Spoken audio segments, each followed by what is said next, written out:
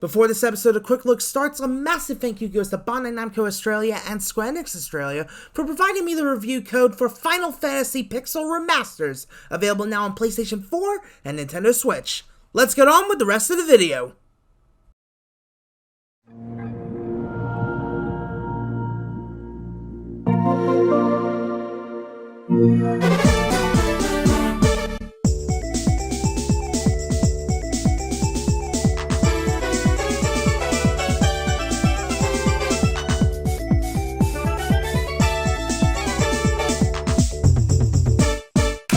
Oh man, Quick Look is back at it again, folks. And you know what, I've been really enjoying doing these episodes, and you know what, this is a good one, guys, because we've got a brand new, well, not really brand new, but new, in a way, release from Bandai Namco Australia and Square Enix Australia.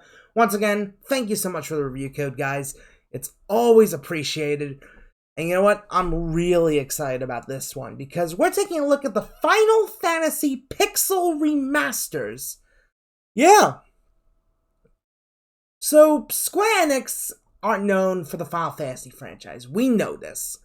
And, well, they thought, why not bring all 6 of the original games over to PS4 and Switch and just make them look nicer. That's what this is about. This is all about giving those games that 16-bit style makeover that, for the first few, it definitely needed. And look, if you're not a Final Fantasy expert, which, let's be honest, I'm not one either. I've only started getting into the franchise around 2019. Honestly, what Final Fantasy is all about is just incredible. The storytelling in each game, whilst being simple at points, is enjoyable and epic, and the whole story is just brilliant. So, what are these pixel remasters about? Well, I spent time with the first game. Yeah, that might be surprising how I went with the first game and not playing any of the others, because each game has their own individual story, but I wanted to go with the first one because, well, it makes sense. It's the first one. But, well, what I will say is that the graphics look stunning. It has that 16-bit charm, that Super Nintendo charm to it, which I think is a good thing. Have everything united under one graphic style. And I mean, the Super Nintendo was a powerhouse of a system. I remember playing so many SNES games. Even though I didn't actually have an SNES, I played all that through emulation on my original Xbox. Oh man, I'm that generation person. God. Seriously, I can remember playing so much Hyperzone. Like, that game was so good. But I think there's just a charm to the Super Nintendo style graphics that it makes sense why Square would unify all 6 games with this style with these pixel remasters. And you know what? They look gorgeous. They look gorgeous on the PS4. And I imagine they would look gorgeous on the Switch as well, especially on the handheld. But I don't have a Switch copy myself. And I'd love to get a Switch copy, but I don't think I'll be getting a Switch copy anytime soon. But I believe there is a physical release coming out in some markets, but I'm not sure if it's getting one here in Australia. I'll have to do my research on that, but I do know from Bandai Namco Australia themselves that you can get all 6 games in a bundle. Now, when I looked on the PlayStation Store at first, I saw each game being sold individually, but I couldn't tell if there was a bundle. But when I got my codes, they were in a bundle. So I imagine you can buy them in a bundle, but you'll have to take some discretion with that. If you can get in a bundle, definitely get in the bundle, because I feel like it makes sense to have all 6 games in one package rather than having them all separately. Because I think these are the kind of games that were made to be played in, like, together. Like, one game after the other, that kind of thing. And sure, these are JRPGs. These are long games. These are going to take you ages to get through. But if you are JRPG experts, I think you'll breeze through these pretty well. But look, I'm not an expert. I'm a bit of a noob. So you're looking at the perspective from a bit of a noob. And I wasn't that great at the game, but you know what? I understand that. I'm not an expert at these games. And fact of the matter is, for those who don't know, I actually have eyesight issues and that kind of thing. So when it comes to text and shit like that, it's a pain in the ass for me to deal with. And yeah, I do wish there were some accessibility things for, like, that kind of thing.